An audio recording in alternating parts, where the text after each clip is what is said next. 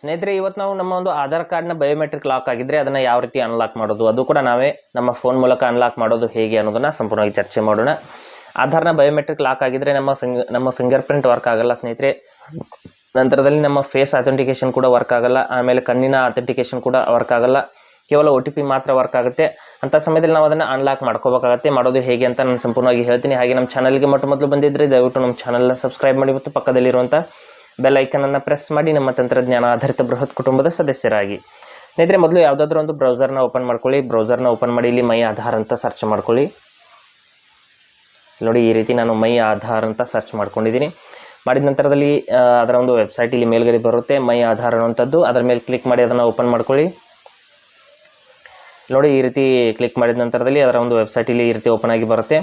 ಇಲ್ಲಿ ಸ್ವಲ್ಪ ಕೆಳಗಡೆ ಹೋಗ್ಬಿಟ್ಟು ಇಲ್ಲಿ lock or unlock Aadhaar biometric ಅಂತ ಆಪ್ಷನ್ ಇರುತ್ತೆ, ಅದನ್ನು ಹುಡುಕಬೇಕಾಗುತ್ತೆ. ಇಲ್ಲಿ ಕೆಳಗೆ ಕೊನೆಗೆ ಇದೆ ನೋಡಿ, ಲಾಕ್ ಆರ್ ಅನ್ಲಾಕ್ ಬಯೋಮೆಟ್ರಿಕ್ಸ್ ಅಂತ ಆ ಒಂದು ಆಪ್ಷನ್ ಮೇಲೆ ಕ್ಲಿಕ್ ಮಾಡ್ಕೊಳ್ಳಿ.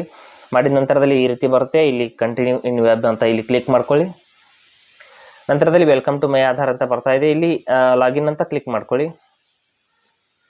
ನಂತರದಲ್ಲಿ ಇಲ್ಲಿ ಆಧಾರ್ ನಂಬರ್ನ ಹಾಕಿಬಿಟ್ಟು ಇಲ್ಲಿ ಕ್ಯಾಪ್ಚಾ ಕೋಡ್ನ ಹಾಕಿ ಲಾಗಿನ್ ಮಾಡ್ಕೋಬೇಕಾಗುತ್ತೆ.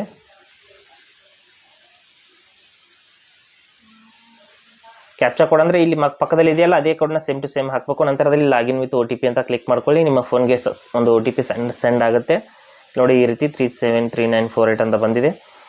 ಈ OTPನ ಇಲ್ಲಿ ಎಂಟರ್ ಮಾಡ್ಕೊಳ್ಳಿ. ಮಾಡಿದ ನಂತರದಲ್ಲಿ ಲಾಗಿನ್ ಅನ್ನುವಂಥ ಬಟನ್ ಇಲ್ಲಿ ಬ್ಲೂ ಆಗುತ್ತೆ, ಅದರ ಮೇಲೆ ಕ್ಲಿಕ್ ಮಾಡ್ಕೊಳ್ಳಿ. ಮಾಡಿದ ನಂತರದಲ್ಲಿ ಇಲ್ಲಿ ನೋಡ್ತಾ ಇರ್ಬೋದು, ಇಲ್ಲಿ ಮತ್ತೆ ಕಂಟಿನ್ಯೂ ವೆಬ್ ಅಂತ ಕ್ಲಿಕ್ ಮಾಡ್ಕೊಳ್ಳಿ.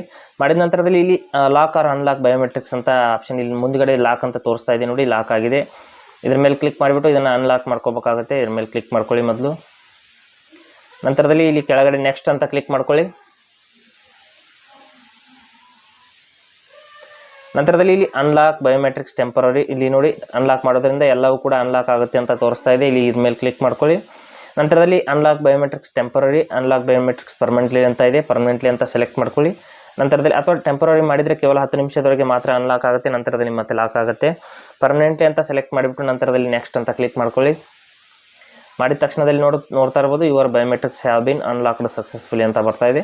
ಈ ರೀತಿ ನೀವು ಆಧಾರ್ ಕಾರ್ಡ್ನ ಬಯೋಮೆಟ್ರಿಕ್ ಲಾಕ್ ಆಗಿದ್ದರೆ ಅದನ್ನು ಈಸಿಯಾಗಿ ನೀವೇ ಅನ್ಲಾಕ್ ಮಾಡ್ಕೋಬಹುದು.